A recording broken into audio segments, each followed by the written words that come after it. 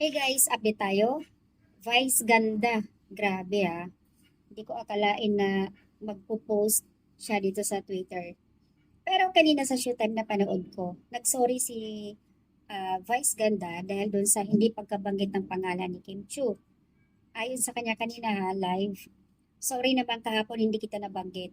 Sagot nga naman ni Kim okay lang, sanay na ako na hindi siya mabanggit ang pangalan niya. Pero, syempre, nakikita ko yung mafe-feel natin yung naramdaman ni Kimi na sa bayo po siya. Siguro nga, baka pinigilan lang niya, ramdam din niya na nasaktan siya. Imagine, sa dami-daming mga bago, tagal-tagal anak-anakan pa in fairness ang tawag sa kanya, sasabihin niya nakalimutan sa dami-daming mga bagong host dyan. Si Kim tagal na. So lumabas na ang tunay na kulay ni Vice ganda dito. Imagine mo, sana hindi nila siya tinatawag na anak-anakan.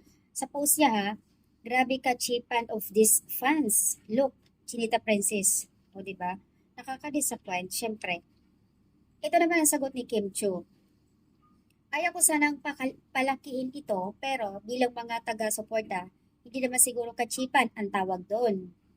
Siguro po marahil sa sobrang pagmamahal at suporta nila sa iniidolo nila, ito ay protective sila. Initial reaction po siguro ito, hindi sa tinotolerate ko sila, pero sana hinahayaan na lang natin. Kung wala namang taong sumusuporta at lubos na nagmamahal sa atin, wala din tatangkilik sa atin lahat ng ginagawa. Tama yun. Diba? Sa totoo lang, kung wala nagmamahal sa Kim Pao, yung effort pa lang ng mga Kim Pao doon sa butuhan sa SEAL International Drama, SDA, di basta-basta international, nanalo si Pau dahil sa suporta pagmamahal ng mga King Pau fans sa dami-dami. Kaya nga, ito ha, for the first time na talagang sumagot si Kim Chiu dito, kay Vice ganda pa, sinagot siya dito. Hindi naman siguro kachipan ang tawag doon. Siyempre, bilang pagmamahal nila. O, di ba? Grabe ka, Vice ganda, nakaka-disappoint. Game is never let anyone make you feel small or significant. You know your worth and don't let them that. You deserve so much better than better treatment, better respect, and better recognition. Still hoping you white showtime. Napaka-toxic mo at vice ganda. Ang akala ko ba naman anak-anakan mo siya, pero bakit ganon? So, ang dami nagbibigay reaction dito. So disappointed, vice ganda. She's one reason why we were watching each showtime, yung mga newly added host na mention, nakalimutan pa si Kim Cho. So, favoritism talaga ang dating. Siguro hindi natin alam kung sadya ba ni Vice or something nakalimutan. Pero naka, napaka-imposible kung nakakalimutan niya. Araw-araw sila magkakasama, which is yung mga bagong host ang dami. Si Kim Cho, ang tagal-tagal na niya kakasama doon. Nakanakan pa ang tawag, makakalimutan niya. Napakalaking posible talaga. Sabi nga dito, ayoko sana magsalita. Sabi ko nga sa mga member, ignore na lang siguro kasi nga syempre may movie sila para hindi maapekto yung kanilang. Kaya lang, mismo kapwa niyang artista pa yung nagsasabi ng ganun.